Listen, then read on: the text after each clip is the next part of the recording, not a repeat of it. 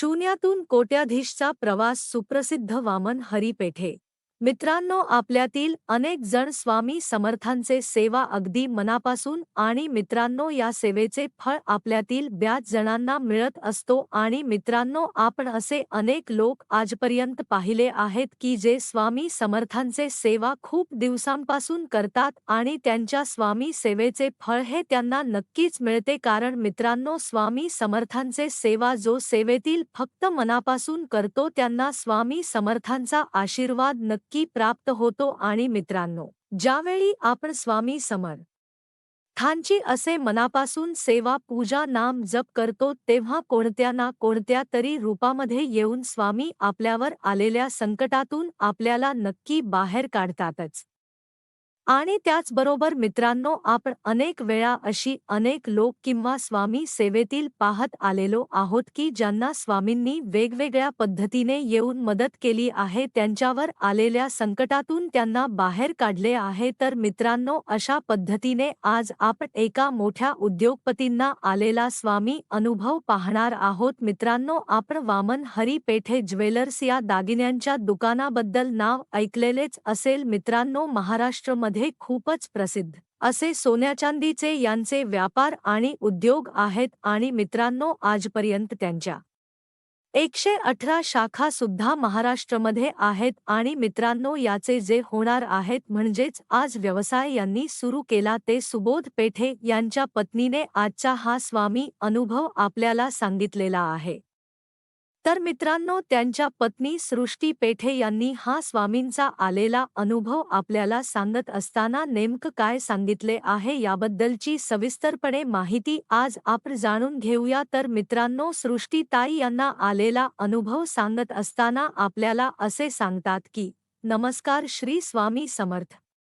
मी सृष्टी पेठे आणि माझा आणि सुबोध पेठे यांचा विवाह 2001 साली झालेला आहे. आणि माझ्या लग्ना अगोदर आमच्या घरी म्हणजेच माझ्या माहेरची जे माणसं होती ती जास्त देवधर्म करत नव्हती. म्हणजे वर्षातून एकदा फक्त गणेशोत्सव तेवढा मोठ्याने घरामध्ये साजरा केला जायचा. त्याचबरोबर दिवाळी सण साजरे केले जायचे, परंतु देवदर्शन, देवांची सेवा, पूजा, नामस्मरण यांसारख्या गोष्टी माझ्या माहेरची माणसं खूपच कमी करत असत. परंतु जेव्हा मी लग्न करून सासरे आले तेव्हा सासरची माणसे तर स्वामी सेवेमध्ये होती आणि घरामध्ये असणारे प्रत्येक व्यक्ती स्वामींचा जप करत असे. आणि त्याचबरोबर स्वामींची एखादी तरी सेवा घरामधील प्रत्येक माणूस करत होता.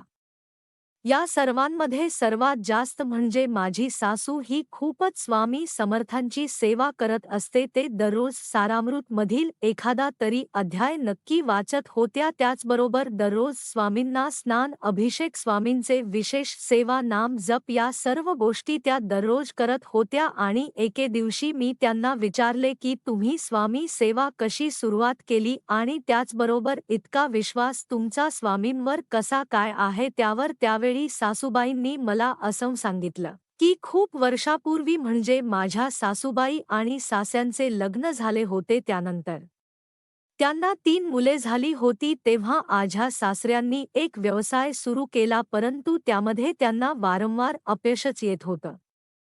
आणि म्हणूनच कसेबसे काम करून माझे सासरे घर चालवत होते. परंतु अचानकपणे सास्यांना आजारपण आलं आणि जेव्हा आम्ही मुंबईतील एका दवाखान्यामध्ये त्यांच्यावर उपचारासाठी गेलो तेव्हा तिथे त्यांना मायग्रेन असल्याचं सांगण्यात आलं आणि त्यानंतर त्यांच्यावर चांगल्या दवाखान्यांमध्ये उपचार करण्याचं ठरवलं. परंतु आमच्याकडे त्यावेळी खूपच पैसे कमी होते, म्हणजेच अगदी 2 वेळचे जेवण सुद्धा आम्ही तसे तरच करत होतो. परंतु पैशांची जुना करून आम्ही एका चांगल्या दवाखान्यामध्ये त्यांना घेऊन गेलो. तिथे गेल्यानंतर त्या डॉक्टरांनी सांगितलं की यांना मेंदूचा कॅन्सर झालेला आहे आणि यासाठी यांचं ऑपरेशन करावे लागेल आणि त्याचा खर्चही खूप आहे.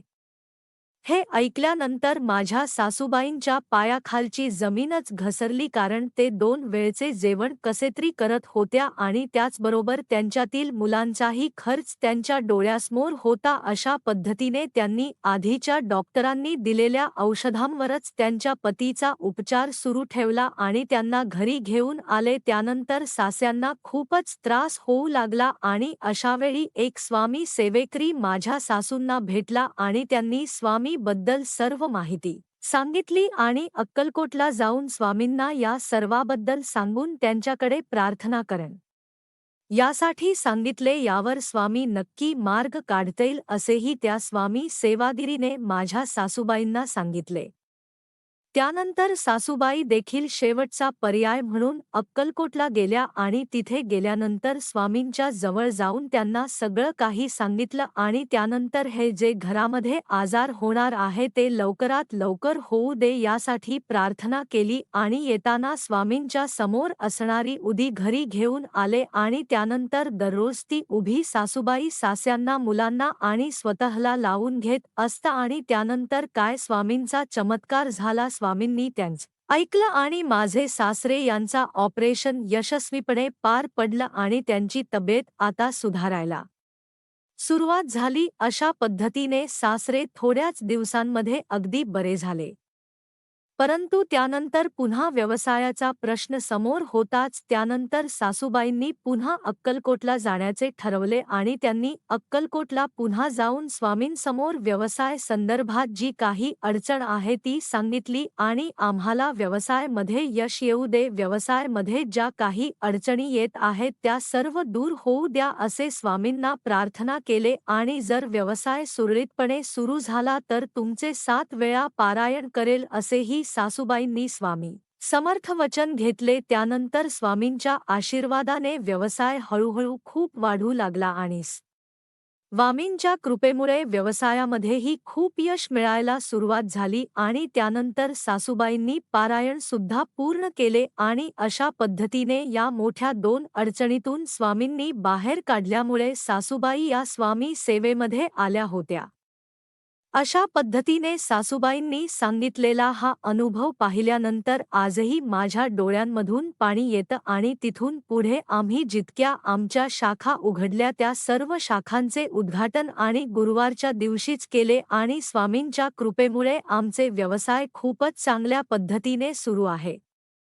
आणि अशा पद्धतीने सृष्टीताईंचे सासूबाईंनी जेव्हा स्वामी हा अनुभव त्यांना सांगितला तेव्हापासून सृष्टीताईही आपल्यासाठी, आपल्या पतीसाठी आणि आपल्या संसारासाठी त्याचबरोबर आपल्या व्यवसायासाठी स्वामींच्या सेवा करायला सुरुवात केली आणि उद्या स्वामी सेवेमध्ये आल्या. श्री स्वामी समर्थ.